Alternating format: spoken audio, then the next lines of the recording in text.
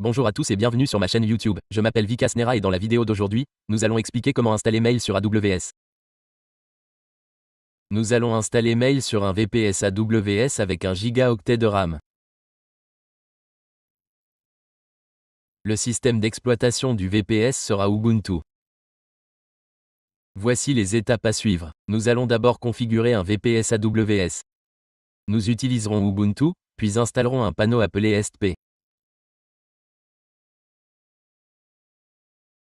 HDCP fonctionne avec 1 gigaoctet de RAM. Nous installerons ensuite MailWiz étape par étape.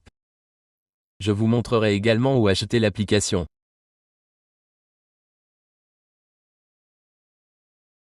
Le lien direct est fourni dans la description.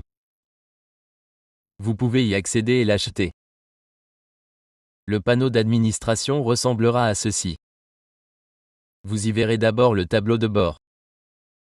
Vous y trouverez tous les détails et vous pourrez ajouter vos paramètres SMTP dans la section serveur de distribution. En cliquant dessus, vous pourrez créer un nouveau serveur et ajouter le service SMTP, l'API ou tout autre paramètre que vous utilisez. Configurez ensuite votre SMTP ici.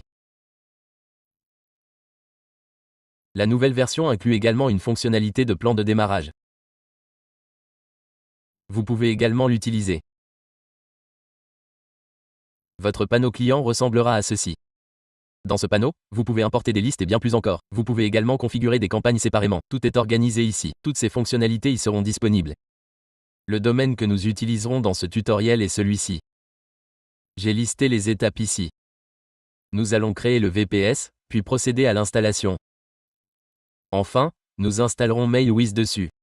Commençons par créer un VPS sur AWS. Je clique sur « Lancer ». Vous devez accéder à la section « Instance ». Je vous montre à nouveau ici. Une fois ici, recherchez EC2 et vous arriverez sur cette page. Cliquez ensuite sur « Instance » et sélectionnez « Lancer ». Après avoir cliqué sur « Lancer », sélectionnez Ubuntu comme système d'exploitation. ESTCP est pris en charge dans ce panneau. Ce système d'exploitation est compatible ici. J'utiliserai Ubuntu 22 pour ce tutoriel. J'ai sélectionné Ubuntu et vous pouvez voir qu'Ubuntu 22 est sélectionné ici. OK. Ensuite, vous pouvez créer une nouvelle paire de clés ou en utiliser une existante. Je clique sur « Créer une paire de clés ». Je la nomme « YouTube ». Je crée la paire de clés. La voici. Un fichier a été téléchargé pour la connexion. Ensuite, je fais défiler la page vers le bas. Je sélectionne les deux options, autoriser le trafic HTTPS et HTTP. Je clique ensuite sur « Lancer ». Notre instance est créée. Ensuite, nous devons accéder à la section « Instance ». Elle est actuellement en cours d'exécution. Initialement, elle est en attente. Le passage à l'état d'exécution prendra un moment. Elle est maintenant en cours d'exécution. Après actualisation, vous pouvez voir qu'elle est en cours d'exécution. Je clique dessus. Vous obtiendrez alors une adresse IP publique. Copiez-la. Ouvrez ensuite PuTTY. Si vous recherchez « Télécharger PuTTY » sur Google, vous pouvez le télécharger à partir de là. Oui, je vais chercher PuTTY ici et vous pouvez le télécharger depuis cette page. Vous pouvez procéder selon vos besoins. OK, oui. J'ai ouvert PuTTY. Saisissez votre adresse IP ici et définissez le port sur 22. OK. Accédez à la section SSH et désactivez-la. Cliquez sur le signe plus pour la développer. Cliquez sur « Identifiant ». Cliquez sur « Parcourir » et sélectionnez la paire de clés YouTube que j'ai créée précédemment. Cliquez sur « Ouvrir », puis « Accepter » et saisissez le nom d'utilisateur Ubuntu. Puisque j'ai sélectionné Ubuntu, le nom d'utilisateur ici est Ubuntu. Vous pouvez également utiliser Ubuntu. C'est fait. Je suis maintenant connecté en tant qu'utilisateur Ubuntu. Je dois passer en accès root.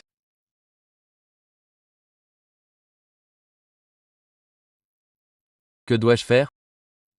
Vous devez exécuter une ou deux commandes. Commencez par la commande pseudo password root. J'ai exécuté cette commande ici. J'ai appuyé sur Entrée. On me demande de saisir un mot de passe pour l'utilisateur root. Je vais copier ce mot de passe et le coller ici. J'ai cliqué, coller, recoller. J'utiliserai ce mot de passe tout au long de cette vidéo. Ensuite, copier cette commande et coller-la ici pour apporter des modifications. Que faire ensuite? Accéder à ce menu. Appuyez sur CTRL+W rechercher, route, et appuyez sur Entrée. OK. Dans cette ligne, supprimez le symbole hashtag. Que faire ensuite? Effacez ce qui est écrit ici et remplacez-le. Tapez permis rub, suivi d'un espace. Tapez ensuite yes. OK. Faites défiler vers le bas et vous trouverez cette ligne. L'authentification par mot de passe est définie sur No. Modifiez-la sur Yes. Que faire ensuite? Appuyez sur TRL+X, tapez I et appuyez sur Entrée. Le fichier sera enregistré immédiatement. Copiez ensuite cette commande. Je la colle ici. J'ai maintenant un accès route. Que faire? Je vais continuer. Il existe un logiciel appelé BitVis. Je vais l'utiliser. Nous allons nous connecter en tant qu'utilisateur root. J'utilise BitVis car il permet d'accéder aux fichiers VPS et plus encore. C'est pourquoi je préfère BitVis. OK. Ensuite, je vais saisir les informations ici. Je vais copier le mot de passe. OK. Maintenant, je clique sur Connexion. J'ai cliqué sur Accepter et j'ai continué. OK. Je suis maintenant connecté en tant qu'utilisateur root. Lorsque vous ouvrez le terminal, vous verrez l'utilisateur root affiché. OK. Quelle est la prochaine étape? Vous devez installer ESP. Visitez son site web où vous trouverez les commandes et les instructions. Je vais lancer l'installation. J'ai copié la première commande ici, collé ici, puis copié la deuxième commande, puis collé ici. Cela indique que cela ne fonctionnera pas tel quel. Un exemple est fourni ici. Cela signifie que si vous exécutez la deuxième commande avec un espace et force, l'installation s'effectuera correctement. OK, regardez ici, l'installation est en cours. Cela va prendre un certain temps. Que devez-vous faire maintenant? Copiez cette adresse IP et ajoutez un ou deux enregistrements DNS. Je vais les configurer ici. J'ajouterai deux enregistrements ici. OK. Je vais définir le TTL de l'enregistrement à 600. TTL signifie Time to Live. Cela garantit une connexion rapide de mon adresse IP et de mon domaine. Le premier enregistrement correspond au domaine principal. Le second à www. C'est pour cela, je vais donc l'enregistrer ici. J'ai ajouté deux enregistrements ici. L'installation est en cours. On me demande d'abord de saisir le domaine. On me demande de taper I pour continuer. J'appuie sur Entrée. On me demande maintenant mon adresse email. Je saisis admin, suivi de mon nom de domaine. J'ai appuyé sur Entrée. Je dois définir mon nom d'hôte. Je saisis mon domaine. J'ai appuyé sur Entrée. L'installation suggère d'utiliser host.dot ou quelque chose comme ceci. J'ai saisi hostnamed domain. J'ai appuyé sur Entrée. L'installation a commencé. Vous pouvez également redémarrer ici en appuyant sur Entrée. L'installation redémarrera une fois l'installation terminée. OK. Nous avons reçu les identifiants d'administrateur.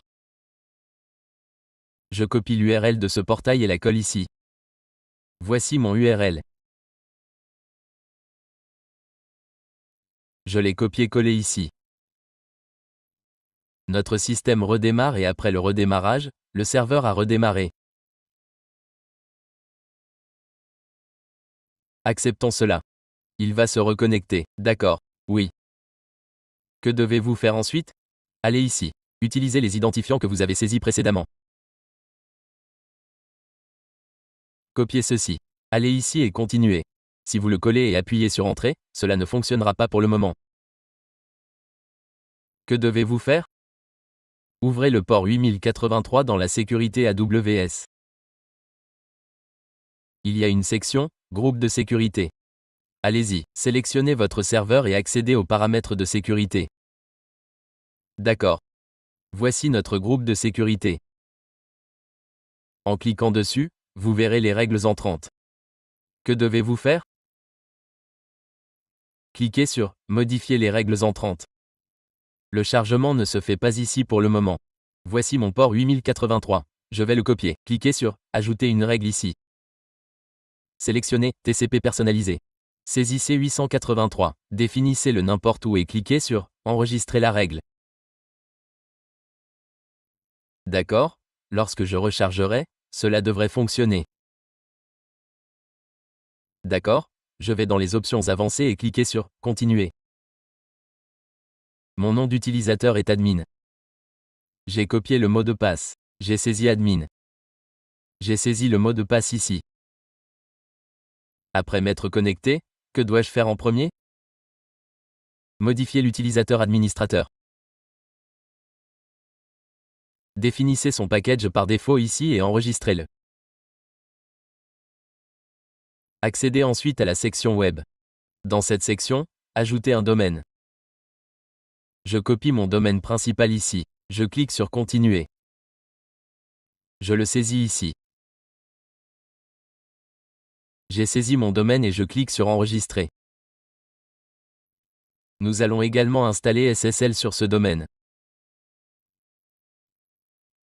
Mais d'abord, vérifions si notre domaine est connecté à notre IP avec MX Toolbox.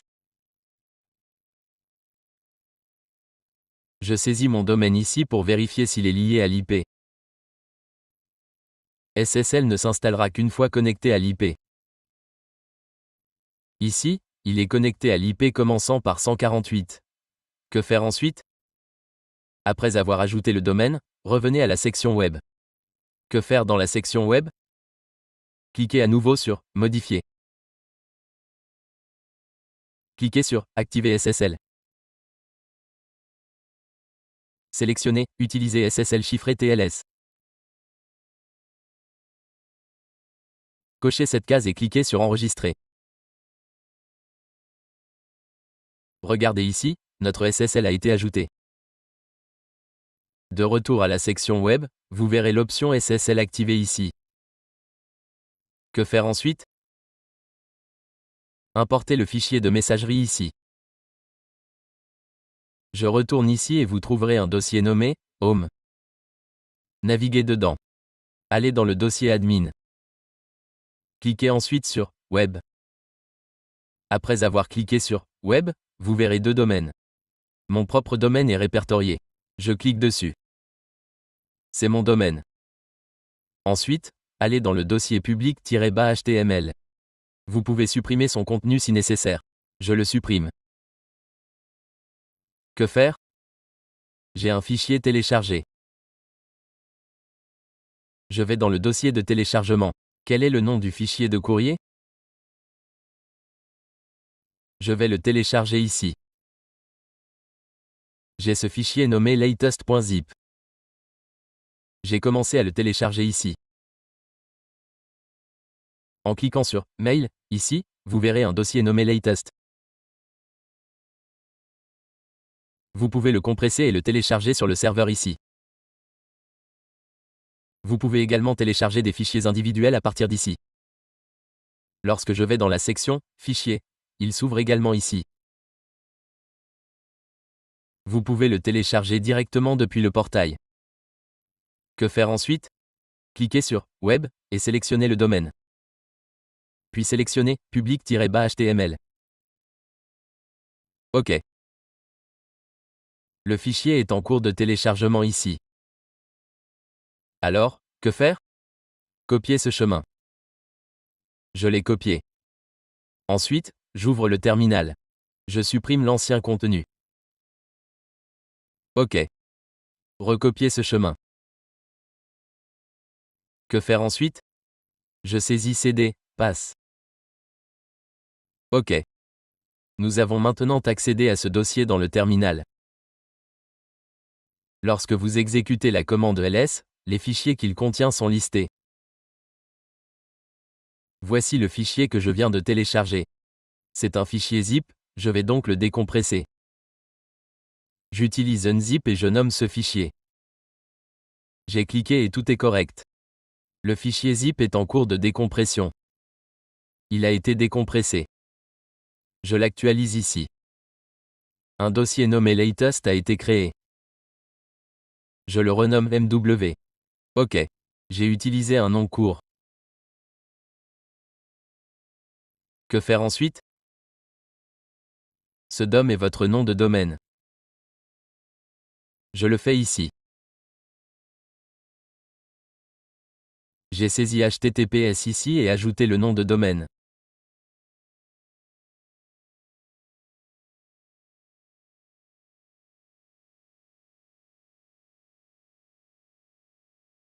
Ensuite, saisissez mw-install-index.php. Comme le fichier Mailwiz se trouve dans ce dossier, j'appuie sur Entrée et l'installation de Mailwiz démarre.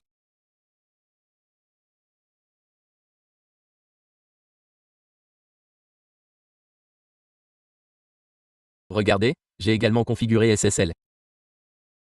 SSL est également actif ici. Maintenant, ajoutez votre code d'achat ici. Je vais saisir le mien. Lors de l'achat, vous recevrez un code d'achat. J'ai saisi mon nom de domaine dans les champs nom et tag. Je clique sur Suivant. Ici, tout est validé. Je clique sur Suivant. Ici, les autorisations pour ce fichier sont indiquées comme ayant échoué. Que faire? Copier cette commande. Je l'ai collée ici. Appuyez sur Entrée. Après avoir cliqué à nouveau sur Vérifier, tout devrait être validé. Cliquez ensuite sur Suivant. Vous devez maintenant créer une base de données. Accédez à la section BD et créer une base de données. Le mot de passe de la base de données vous sera demandé. Je le saisis ici. Cliquez sur Copier et Ajouter une base de données. Cliquez sur Continuer. J'ai saisi le mot de passe ici. Pour la base de données, j'ai saisi Mailwiz. J'ai également défini le nom d'utilisateur sur Mailwiz. Je clique sur Enregistrer. Je saisis à nouveau le mot de passe pour confirmation. J'ai copié et saisi à nouveau le mot de passe ici. Le nom d'utilisateur sera admin-bamail. Je l'ai défini comme admin-bamail. Copiez-le correctement. Assurez-vous qu'il n'y a ni espace ni erreur. OK. Oui, ensuite, lancez l'importation. Après avoir saisi les informations de la base de données, les identifiants de connexion souhaités pour votre back-end vous seront demandés. Que dois-je faire? Je copie le mot de passe et je définis l'adresse email admin, suivie de mon domaine. Ce sera mon adresse email de connexion. J'ai défini le mot de passe ici. Vous pouvez sélectionner le fuseau horaire de l'Inde. Ici, c'est UTC plus 530. J'ai donc sélectionné Kolkata. Je clique sur Créer un compte. J'ai reçu les détails de la tâche cron. Vous pouvez ajouter ces tâches cron une par une dans la section cron. Faites-le à partir d'ici. Copiez la première tâche cron. Elle doit s'exécuter toutes les minutes. Cliquez sur le signe plus. Collez la commande copier et définissez-la sur toutes les minutes. Elle est configurée pour s'exécuter toutes les minutes ici. Cliquez sur Générer. Puis sur Enregistrer. Copiez ensuite la deuxième tâche cron ici. Elle s'exécute également toutes les minutes. Configurez-le pour qu'il soit généré toutes les minutes ici. Saisissez-le, cliquez sur Commande et Enregistrer. De même, copiez le troisième. Celui-ci s'exécute toutes les 2 minutes. Sélectionnez 2 minutes et cliquez sur Générer. Collez-le ici et cliquez sur Enregistrer. Copiez ensuite le travail de couronne de 10 minutes ici. Je vais le coller ici. J'ai sélectionné 10 minutes. Cliquez sur Générer et enregistrez-le. Ensuite, je vais copier celui-ci ici. Celui-ci est pour toutes les 20 minutes. Je vais le coller. Il est réglé sur 20 minutes ici, ou vous pouvez le régler sur 10 minutes à la place. Je vais le régler sur 10 minutes ici. Générez-le. Ajustez-le à 20 minutes. Collez-le et cliquez sur « Enregistrer ». Pour celui de 3 minutes, réglez-le sur 3 minutes. Collez-le ici. Il n'y a pas d'option 3 minutes. Alors, que faites-vous? Sélectionnez 2 minutes et générez-le. Remplacez 2 par 3 et cliquez sur « Enregistrer ». Copiez ensuite celui-ci ici. Il est indiqué de le régler sur toutes les heures. Accédez à « Toutes les heures » et générez-le. Saisissez la commande et enregistrez-la. Ensuite, il est indiqué de le définir sur une fois par jour. Je vais le copier. Allez dans « Quotidien » et cliquez sur « Générer ». Saisissez cette commande et cliquez sur « Enregistrer ». OK. Après avoir ajouté ces tâches cron, que faire? Cliquez sur « Tâches cron » ou « Installer ». Vous arriverez à cet écran. Que faire? Il est indiqué de supprimer le dossier d'installation. Je vais dans ce dossier. Voici le dossier d'installation. Supprimez-le ou supprimez ce qui est affiché. OK. Je le supprime d'ici. Maintenant, je vais au back-office. Je clique dessus. Chrome affiche ceci ici. Cela ressemble à ceci. Vous pouvez utiliser un autre navigateur si vous préférez. Chrome signale les invites d'adresse email et de mots de passe, c'est pourquoi ceci apparaît. Mon mot de passe est celui-ci. Je vais le copier. Mon email est admin, suivi de mon nom de domaine. Je clique sur Connexion. OK. Après vous être connecté, vous verrez quelque chose comme ce que j'ai montré au début, n'est-ce pas? Vous pouvez également ouvrir l'interface client à partir d'ici. Vous êtes connecté ici. Je viens d'ajouter ces tâches cron. Une fois la mise à jour effectuée, le contenu sera également effacé. Bon, pour l'instant, je vais fermer. Voici notre panneau d'administration. Si vous souhaitez ouvrir le panneau client, comment faire? Je vais le saisir dans une nouvelle URL. Remplacez backend par client, ici. Bon. Si vous remplacez backend par client, la page de connexion client s'ouvrira. Vous pouvez utiliser les mêmes informations ici aussi. Comme elles sont identiques, je les ai saisies et cliqué sur le champ mot de passe. J'ai cliqué sur Connexion. Nous sommes maintenant dans la section client également. Voici notre panneau d'administration. Depuis le panneau d'administration, vous pouvez également accéder à la section client. Cliquez simplement dessus. Cliquez sur Client. Accédez aux paramètres. Si vous vous connectez en tant que client, vous accéderez à cette section. Bon. Depuis le panneau d'administration, vous pouvez créer un utilisateur. Vous pouvez créer un groupe en définissant des préférences dans le groupe. Vous pouvez les attribuer à des utilisateurs ou à des clients. Vous pouvez également configurer la monétisation. Ici, dans la section Serveur, sous Serveur de distribution, ajoutez votre service SMTP ou similaire. Lorsque j'accède à SMTP, les champs de démarrage sont obligatoires. Vous devez les renseigner ici, comme le port, le nom d'hôte et l'adresse email de l'expéditeur. Après avoir saisi ces informations, cliquez sur Enregistrer. En dessous, vous trouverez une option pour le serveur de rebond. Ce serveur suit tous vos rebonds. Saisissez les informations du serveur IMAP. Pour le serveur de boucle de rétroaction, saisissez également les informations du serveur IMAP. Ce serveur gère les réclamations et autres problèmes similaires. C'est là qu'elles apparaissent. Accédez au plan de préparation et cliquez sur Créer. Vous pouvez créer votre propre plan de préparation. Ensuite, définissez votre limite d'envoi et choisissez des options horaires ou quotidiennes. Dans la section Domaine, vous pouvez ajouter un domaine d'envoi. Une fois ajouté, vous obtiendrez des enregistrements à saisir. Après vérification, vous pourrez l'utiliser.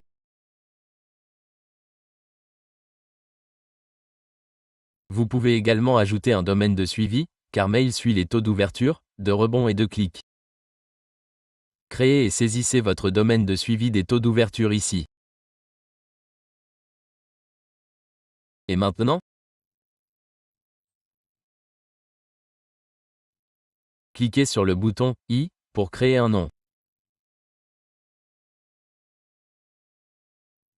Les paramètres s'affichent alors ici. Vous pourrez également gérer les modèles d'email ultérieurement. Dans les paramètres, vous trouverez les options courantes. Définissez le nom du site, les mots-clés, etc. OK. Vous pouvez également ajouter un code de suivi Google Analytics ici. Revenez à la campagne d'Ancron. Ajustez la vitesse d'envoi et les autres paramètres. Choisissez vos paramètres de vitesse d'importation, exportation ici. Les options d'exportation sont disponibles séparément ici. Si vous envoyez des fichiers ou des éléments similaires ici, vous pouvez augmenter la taille limite si nécessaire. OK, oui. Suivant. La section client apparaît ici. Tous les paramètres relatifs au client se trouvent ici. Vous pouvez les personnaliser ici. Pour revoir les tâches cron, cliquez ici et accédez à la liste des tâches cron.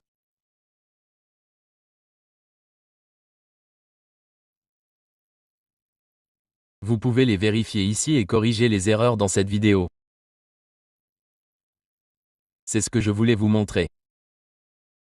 Dans l'espace client, vous pouvez importer votre liste d'emails. Vos campagnes sont gérées ici. J'ai déjà réalisé une vidéo sur la gestion des campagnes. Visitez ma chaîne, recherchez MailWiz et vous trouverez 2 ou 3 vidéos. Il y a un guide complet de MailWiz et un autre sur la connexion de MailWiz à WordPress. Ne manquez pas de regarder les 2 vidéos. J'ai également montré comment installer MailWiz avec PowerMTA. Vous devriez aussi regarder cette vidéo. J'ai montré comment configurer un serveur de rebond dans MailWiz et réaliser plusieurs vidéos sur MailWiz. L'une d'elles montrait comment l'installer sur Ubuntu, mais pas sur AWS. J'ai utilisé 1 gigaoctet de RAM et installé un panneau de configuration ne prenant en charge qu'1 gigaoctet. Il faut au moins 1 gigaoctet de RAM. Je vous ai montré tout cela étape par étape, comment installer MailWiz, comment configurer les tâches cron, comment le connecter et comment installer SSL.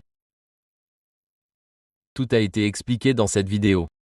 Si vous avez des questions, laissez un commentaire ci-dessous. Pour acheter cette vidéo, utilisez mon lien d'affiliation. Tous les autres liens sont dans la description. C'est tout pour cette vidéo. Si vous n'êtes pas encore abonné à ma chaîne YouTube, abonnez-vous. Merci de votre visite.